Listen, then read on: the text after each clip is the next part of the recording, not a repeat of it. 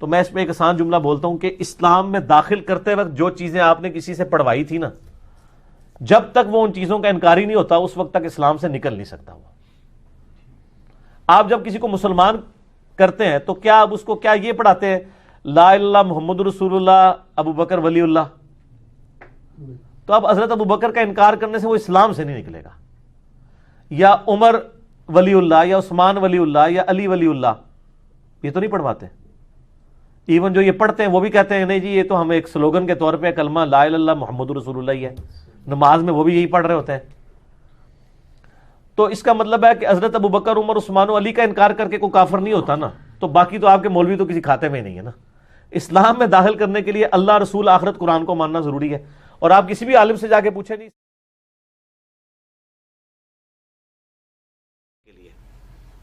وہ کسی اور کو لے آئے گا. تو یہاں کہا جا رہا ہے کہ تم لوگ اگرچہ حضور صلی اللہ علیہ وسلم کے ساتھی ہو لیکن یہ یاد رکھو اللہ محتاج نہیں ہے، اللہ تمہیں بدل دے گا، نئی قوم لے آئے گا، وہ تمہارے جیسے نہیں ہوں گے. پھر الا تنصروہ، اگر تم نبی صلی اللہ علیہ وسلم کی مدد نہیں کرو گے فقد نصرہ اللہ، تو یاد رکھو اللہ تو ان کی مدد کر چکا ہے آلریڈی. ایک پریکٹیکل تمہارے سامنے موجود ہے. اذ اخرج الذین کفروا، جبکہ کافروں نے ارادہ کیا تھا ہمارے محبوب صلی اللہ علیہ وسلم کو مکے سے نکال دینے کا.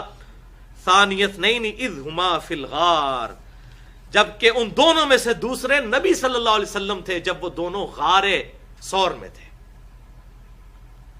کافروں نے ان کو نکالنے کا ارادہ کیا تو وہ دو تھے اور غار ثور میں تھے، اور وہ دو کون تھے کہ ان میں سے دوسرا عظیم تھا آپ صلی اللہ علیہ وسلم کی مبارک ذات. اذ یقول لصاحبہ، جبکہ ہمارے محبوب صلی اللہ علیہ وسلم اپنے اس ساتھی سے کہتے تھے لا تحزن ان اللہ معنا، مت ڈر اللہ ہمارے ساتھ ہے. یہ ساتھی کون تھے؟ سیدنا و مولانا ابو بکر الصدیق رضی اللہ تعالی عنہ. اور یہ میں آپ کو حیران کن بات بتاؤں، اہل سنت اور اہل تشیع کے درمیان یہ کامن ہے حدیث کہ یہ غار کا ساتھی ابو بکر صدیق رضی اللہ تعالیٰ عنہ تھے. اس پہ کوئی دوسری رائے نہیں، امت کا اجماع ہے. اہل سنت کی دونوں بڑی کتابیں صحیح بخاری اور مسلم کی متفقن علیہ حدیث ہے اسی آیت کے کانٹیکسٹ میں کہ سیدنا ابو بکر صدیق رضی اللہ تعالیٰ عنہ حضور صلی اللہ علیہ وسلم کے ساتھ تھے، اور انہوں نے عرض کیا اللہ کے رسول صلی اللہ علیہ وسلم کافر تو ہمارے اتنے قریب آ گئے ہیں کہ اگر وہ اپنے پاؤں کی طرف سے ہمیں یوں جھک کے دیکھ لیں تو غار میں ہمیں دیکھ لیں گے.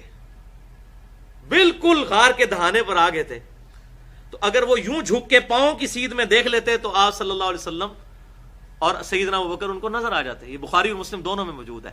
تو آپ صلی اللہ علیہ وسلم نے فرمایا اے ابو بکر ان دونوں کے بارے میں تیرا کیا خیال ہے کہ جن کے ساتھ تیسرا اللہ ہے. اللہ اکبر کبیرہ والحمد للہ کثیرہ وسبحان اللہ بکرۃ واصیلا. اور یہ اتنا مبارک جملہ آپ صلی اللہ علیہ وسلم کا کہ اللہ تعالیٰ نے قرآن میں نقل کر دیا ہے.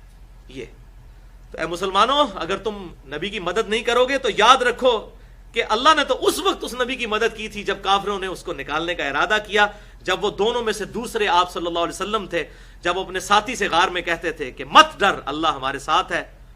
فانزل اللہ سکینتہ علیہ، تو اللہ تعالیٰ نے ان پر سکون نازل کر دیا، سکینہ نازل کیا. سکون کہتے ہیں جب سارے حالات ٹھیک ہوں اس وقت سکون ہو، وہ تو ہوتا ہی ہے.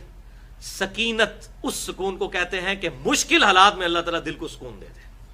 اور یہ بڑا مشکل وقت تھا، 100 اونٹ انعام رکھا ہوا تھا، جو پکڑ کے لائے گا زندہ یا مردہ. اور آپ صلی اللہ علیہ وسلم نہاتے سیدنا ابو بکر صدیق رضی اللہ تعالیٰ عنہ. الحمدللہ میں نے اس غار ثور کی زیارت بھی کی ہے. بڑا مشکل سفر ہے، مکہ شریف سے چند کلومیٹر کے فاصلے پہ ہے، لیکن تقریباً 3-3.5 گھنٹے پیدل اس پہاڑی پہ چڑھنا پڑتا ہے، اور وہ پتھریلے چھوٹے چھوٹے پتھر ہیں. میں حیران ہوں کہ سیدنا ابو بکر صدیق رضی اللہ تعالیٰ عنہ کس طرح آپ صلی اللہ علیہ وسلم کو اپنے کندھے پر سوار کر کے اوپر لے گئے. تو اکیلا بندہ جوان آدمی میرے جیسا وہ بھی چڑھنا مشکل کام ہے.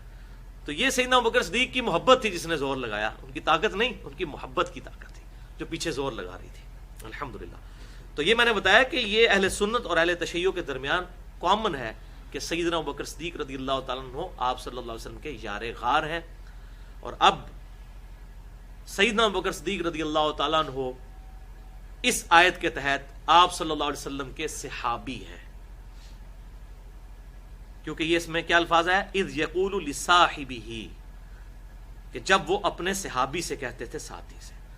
اب چونکہ سیدنا ابو بکر صدیق رضی اللہ تعالیٰ عنہ کی صحابیت قرآن سے ثابت ہو گئی ہے پرٹیکولرلی، اس لیے آپ رضی اللہ تعالیٰ عنہ کی صحابیت کا انکار کرنے والا کافر ہے، جو آپ کی صحابیت کا انکار کرتا ہے، گالی گلوچ کر